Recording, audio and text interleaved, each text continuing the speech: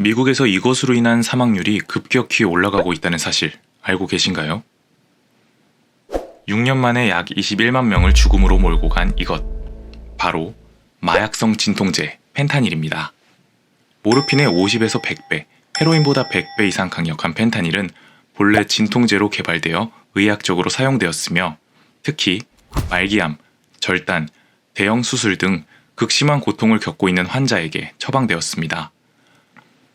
그러나 펜타닐의 강력한 효능 때문에 중독과 과다 복용을 하게 되는 현상이 나타나게 됩니다. 엄청난 고통을 잊게 해주는 이 약이 평범한 상태에서 사용했을 때에는 굉장한 행복감을 가져다 주기 때문입니다. 펜타닐은 가격이 싸고 가루 또는 패치 형태로 유통되고 있기 때문에 사용도 간편합니다. 이 때문에 중독과 과다 복용으로 인한 사고 사례가 폭발적으로 증가하고 있습니다. 펜타닐이 위험한 이유는 단순히 흡입했을 때 느낄 수 있는 행복감으로 인한 중독 때문만은 아닙니다. 치사량이 2mg 내외인 펜타닐은 몇 마이크로그램만으로도 강력한 진통과 강력한 진정 효과를 내기 때문에 심할 경우 호흡 정지가 올 수도 있습니다. 또한 정확한 계량이 어려워 과다 투여하는 상황이 발생하기 쉽습니다. 투여 기간과 양이 증가할수록 몸은 더 많은 양의 펜타닐을 원하게 됩니다.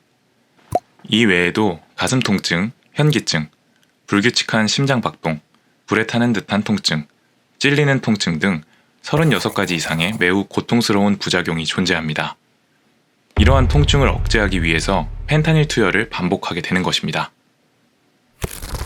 그렇다면 펜타닐이 이렇게 널리 퍼지게 된 배경은 무엇일까요? 펜타닐은 앞서 말한 대로 진통제로 개발되었습니다. 1950년대 후반 벨기에의 제약회사인 얀센에서 개발되었고 1981년경 특허가 만료된 후에는 모든 제약회사에서 펜타닐의 복제약을 만들 수 있게 되었습니다. 상상을 초월하는 미국의 의료비로 인해 제대로 된 치료를 받지 못하는 사람이 많다는 것을 알고 계실 텐데요. 1990년 후반 당시 값도 비교적 저렴하고 진통 효과는 확실한 이 오피오이드가 엄청나게 풀리기 시작합니다.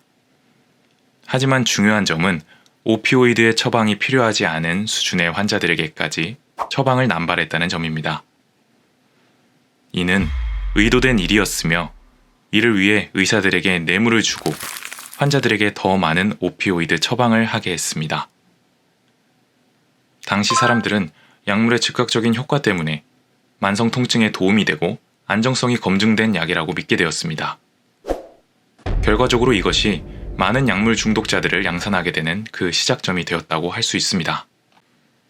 여기에 추가로 2차례의 오피오이드 유행성 파동이 있었으며 현재 미국은 3차 파동 속에 있다고 볼 수 있습니다. 그렇다면 현재 미국은 어떤 태도를 취하고 있을까요?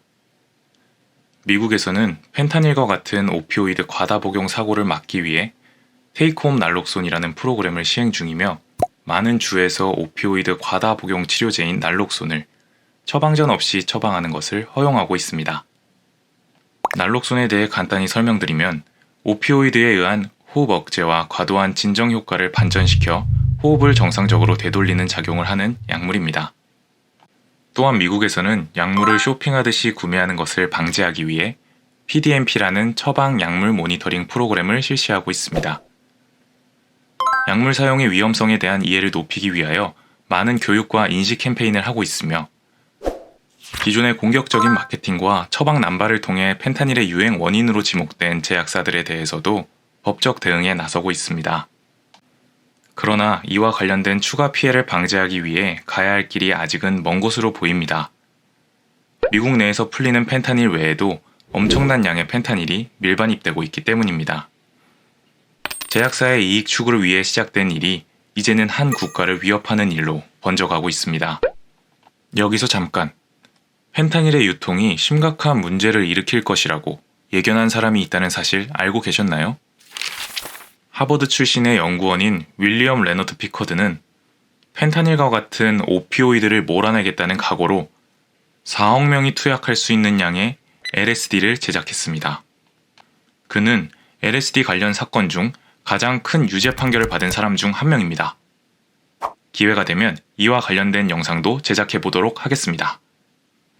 오늘은 적절한 처방으로 소중한 생명을 살릴 수 있는 약물이 오남용 시 얼마나 위험한지 우리는 알 수 있었습니다. 한순간의 쾌락을 위해 남은 삶을 포기하는 일은 없어야겠습니다. 시청해주셔서 감사합니다.